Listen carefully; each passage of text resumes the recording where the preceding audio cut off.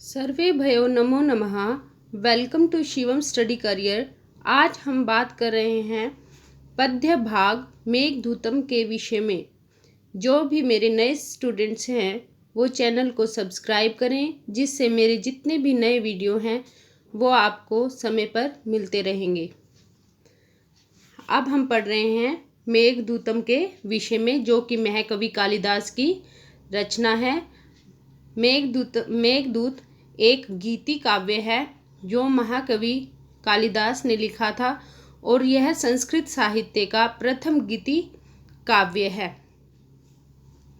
हमारा प्रथम प्रश्न है, मेघदूत के रचनाकार हैं महाकवि कालिदास। संस्कृत साहित्य का प्रथम गीति काव्य है मेघदूत। खंड काव्य के भेद हैं 3: स्त्रोत काव्य, गीति काव्य और श्रृंगारिक काव्य। श्रृंगारिक काव्य के 2 भेद हैं। कौन कौन से? प्रबंध काव्य और मुक्तक काव्य। प्रबंध काव्य है कौन सा? मेघदूत। और मेघदूत का मंगलाचरण किस प्रकार का है? वस्तु निर्देशात्मक है। मेघदूत में मुख्य रस क्या है? विप्रलंभ श्रृंगार। विप्रलंभ श्रृंगार। मेघदूत में छंद कौन सा है? मंदा क्रांता। मेघदूत का कथानक लिया गया है रामायण या ब्रह्म वैवर्त पुराण से। मेघदूत विभक्त है 2 भागों में, पूर्व मेघ और उत्तर मेघ। मेघदूत के सर्व प्राचीन टीकाकार हैं वल्लभ देव। मेघदूत के 21 श्लोकों पर मल्लीनाथ द्वारा लिखी गई टीका का नाम क्या है? संजीवनी टीका। मेघदूत के 121 श्लोकों में प्रक्षिप्त श्लोकों की संख्या कितनी है? 6। मेघदूत के पूर्व मेघ में कुल कितने श्लोक हैं? 67। मेघदूत के उत्तर मेघ में कुल श्लोक कितने हैं? 54। मेघदूत का नायक कैसा है? कौन है? यक्ष। यक्ष का नाम क्या है? हेममाली। मेघदूत की नायिका कौन है? यक्षिणी। सिंपल सी बात है, नायक यक्ष है तो नायिका क्या होगी मेघदूत की? यक्षिणी। यक्ष का नाम क्या था? हेममाली। और यक्षिणी का नाम क्या है? विशालाक्षी। विशाल आंखों वाली विशालाक्षी। यक्ष के शाप का अंत कब होता है? देवउठनी एकादशी को। देवउठनी एकादशी। विष्णु शेष शैया से उठते हैं देवउठनी एकादशी को। कुबेर ने यक्ष को कितने वर्ष का शाप दिया था? 1 वर्ष का। यक्षों के स्वामी कौन थे? कुबेर। यक्ष शाप दिनों को कहाँ पर बिताता है? रामगिरी चित्रकूट पर्वत पर। मेघदूत पर लिखी गई कितनी टीकाएं हैं? 50। मल्लीनाथ के द्वारा अनुसार मेघदूत में श्लोकों की संख्या कितनी है? 121। मेघदूत में कितने श्लोक प्रमाणित माने जाते हैं? 115। आषाढ़ मास के प्रथम दिन मेघ को वक्र क्रीड़ा करते देखता है। कौन देखता है? यक्ष। यक्ष कितने माह बिताकर मेघ को वक्र क्रीड़ा करते देखता है? 8 माह। कुटज अर्थात गिरि मल्लिका पुष्प से मेघ को अर्घ दिया था यक्ष ने। पुष्कर एवं आवर्तक नामक बादलों के कुल में उत्पन्न हुआ था मेघ। किसका गर्जन पृथ्वी को शिलींध्र पुष्पों से युक्त कर देता है?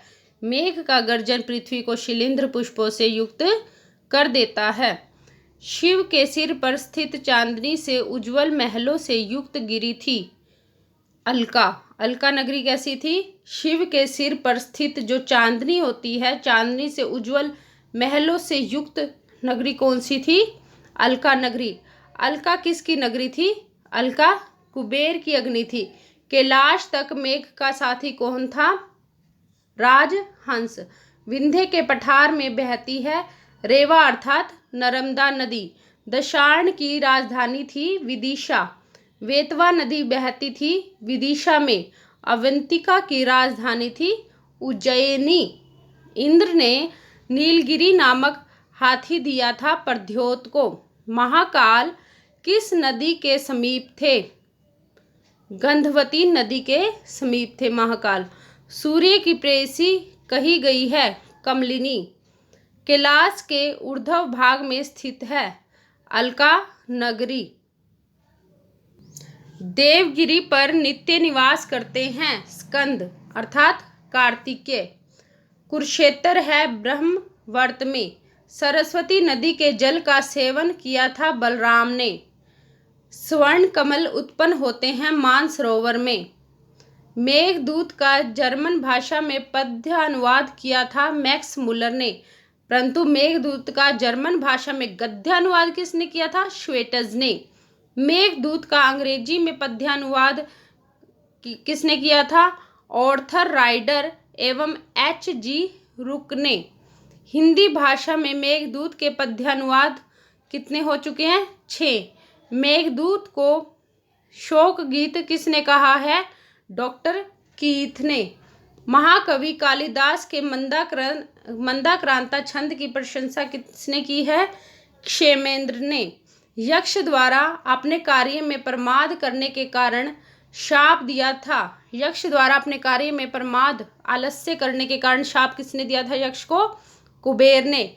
यक्ष द्वारा अपने कार्य में प्रमाद करने का कारण कौन बनी थी? उसकी अपनी पत्नी में जो आसक्ति थी, इसीलिए उसे कार्य करने में आलस आ गया और वो अपने स्वामी का कार्य समय पर नहीं कर पाया, जिससे उसके स्वामी कुबेर ने यक्ष को शाप दे दिया 1 वर्ष का। कुबेर ने 1 वर्ष तक पत्नी से वियुक्त रहने का शाप दिया था। किसको दिया था? यक्ष को। मेघदूत के आरंभ में यक्ष की शापावधि का समय कितना है? 4 माह। मेघदूत के नायक की कोटि कैसी है? धीर ललित। मेघदूत की नायिका की कोटि कैसी है? पद्मिनी। मेघदूत में किस गुण की प्रधानता है? प्रसाद एवं माधुर्य गुण की। मेघदूत में प्रयुक्त रीति कौन सी है? वैदर्भी रीति। मेघदूत में समास कौन सा है? बहुव्रीहि समास। यक्ष के अधिपति कुबेर की राजधानी कौन सी है? अलका। मेघ को अपनी प्रिया के पास संदेशवाहक बनाकर भेजना चाहता था यक्ष। कौन भेजना चाहता था? यक्ष। धुआं, अग्नि, जल और वायु से निर्माण हुआ है मेघ का। मेघ के बाईं ओर शब्द कर रहा था चातक। अलकापुरी का वर्णन है उत्तर मेघ में। अलकापुरी का भवन है शीत मंजिला। पुष्पक नामक बाजे बजाए जाते हैं अलकापुरी में। रति फल नामक मदिरा का सेवन करते हैं यक्ष। मेघ किस दिशा की ओर मुख करके अपनी यात्रा आरंभ करता है? उत्तर दिशा की ओर। इंद्रधनुष से मेघ की उपमा दी गई है गोप वेशधारी श्री कृष्ण की। मेघ की यात्रा में सर्वप्रथम पड़ता है माल प्रदेश। आम्रकूट पर्वत की दावा अग्नि पहले बुझाई थी मेघ ने। मित्रता के कारण आम्रकूट मेघ को धारण करेगा सिर पर। मेघ की यात्रा में पहला पर्वत कौन सा है? आम्रकूट। मेघ के मार्ग में मिलने वाली प्रथम नदी कौन सी है? रेवा अर्थात नर्मदा नदी। किसका जल हाथियों के मदों से सुगंधित तथा जामुन के कुंजों से अवरुद्ध है? नर्मदा का। रेवा नदी को पार करके मेघ पहुंचता है दशार्ण देश में। 10 दुर्गों का प्रदेश कहा जाता है दशार्ण देश को। वेत्रवती नदी के तट पर स्थित है विदिशा। किस नदी की उपमा भूभंग युक्त नायिका से की गई है? वेत्रवती नदी की तुलना या उपमा भूभंग युक्त नायिका से की गई है। मालवा के भिलसा नामक स्थान को माना जाता है विदिशा। क्या माना जाता है? विदिशा। विदिशा में मेघ ठहरता है नीचे पर्वत पर। वेश्याओं द्वारा प्रयुक्त सुगंधित पदार्थों से युक्त गुफाओं वाला है नीचे ही पर्वत। कौन सा पर्वत? नीचे ही पर्वत। मेघ का मार्ग कहाँ जाते समय टेढ़ा होगा? उज्जैनी में। उज्जैनी जाते समय उज्जैनी जाते समय मेघ मार्ग में मिलता है निर्विंध्या नदी से। निर्विंध्या अपनी भंवर रूपी नाभि दिखाती है, किसको दिखाती है? मेघ को। अवंती में किसकी कथा प्रचलित है? वत्सराज उदयन की। दैदीप्यमान स्वर्ग का टुकड़ा कहा गया है उज्जैनी को। विशाला कहा गया है उज्जैनी को। उदयन ने प्रद्योत की पुत्री वासवदत्ता का अपहरण किया था उज्जैनी में। प्रद्योत का स्वर्णमय ताड़ वृक्षों का वन था उज्जैनी में। उज्जैनी के महल की छत पर रात्रि व्यतीत करता है मेघ। उज्जैनी के बाद मेघ के मार्ग में कौन सी नदी आती है? गंभीरा। यक्ष जल को गंभीरा का बताता है वस्त्र। यक्ष किनारों को बताता है नितंब। यक्ष बेत की शाखाओं को गंभीरा का बताता है हाथ। चम्रवती नदी पार करके मेघ कहाँ की स्त्रियों की उत्सुकता का विषय बनेगा? दशपुर की जो स्त्रियों की उत्सुकता का विषय बनेगा। बलराम की पत्नी का नाम है रेवती। किसकी आंखों की उपमा सरस्वती नदी से की गई है? बलराम की पत्नी रेवती की आंखों की उपमा सरस्वती नदी से की गई है। कुरुक्षेत्र के आगे कनखल पर्वत के समीप बहती है गंगा नदी। गंगा नदी का नाम है जहनु कन्या। हिमालय पर्वत पर परशुराम के पराक्रम का प्रमाण है क्रोच रंध्र। कौन है? परशुराम के पराक्रम का प्रमाण कौन है? क्रोच रंध्र। क्रोच रंध्र से हंस जाते हैं मानसरोवर। क्रोच रंध्र का दूसरा नाम है हंस द्वार। उत्तर मेघ के प्रथम श्लोक में अलका नगरी की तुलना किससे की गई है? मेघ से। किससे की गई है? मेघ से। मेघ के बिजली की तुलना किससे की गई है? अलकापुरी की स्त्रियों से मेघ की बिजली की तुलना की गई है। इंद्रधनुष की तुलना किससे की गई है? सुंदर चित्रों से। मेघ के गर्जन की तुलना किससे की गई है? अलकापुरी में बजाए जाने वाले मृदंगों से। मेघ के जल धारण की तुलना किससे की गई है? मणिजड़ित फर्शों से। इसमें कंफ्यूज मत हो जाना। मेघ के गर्जन की तुलना किससे की गई है? अलकापुरी में बजाए जाने वाले मृदंगों से। और मेघ की बिजली की तुलना किससे की गई है? अलकापुरी की स्त्रियों से। आगे है मेघ की ऊंचाई की तुलना किससे की गई है? गगनचुंबी शिखरों से। किससे की गई है मेघ की ऊंचाई की तुलना? गगनचुंबी शिखरों से। अलका में सदैव वर्तमान रहती हैं 6 ऋतुएं। अलका में सदैव कितनी ऋतुएं विद्यमान रहती हैं? 6 ऋतुएं। अलका की स्त्रियां क्रीड़ा के लिए हाथों में लिए रहती हैं कमल। अलकापुरी की स्त्रियां बालों में लगाए रखती हैं कुंद पुष्प। और अलकापुरी की स्त्रियां मुख पर क्या लगा कर रखती हैं?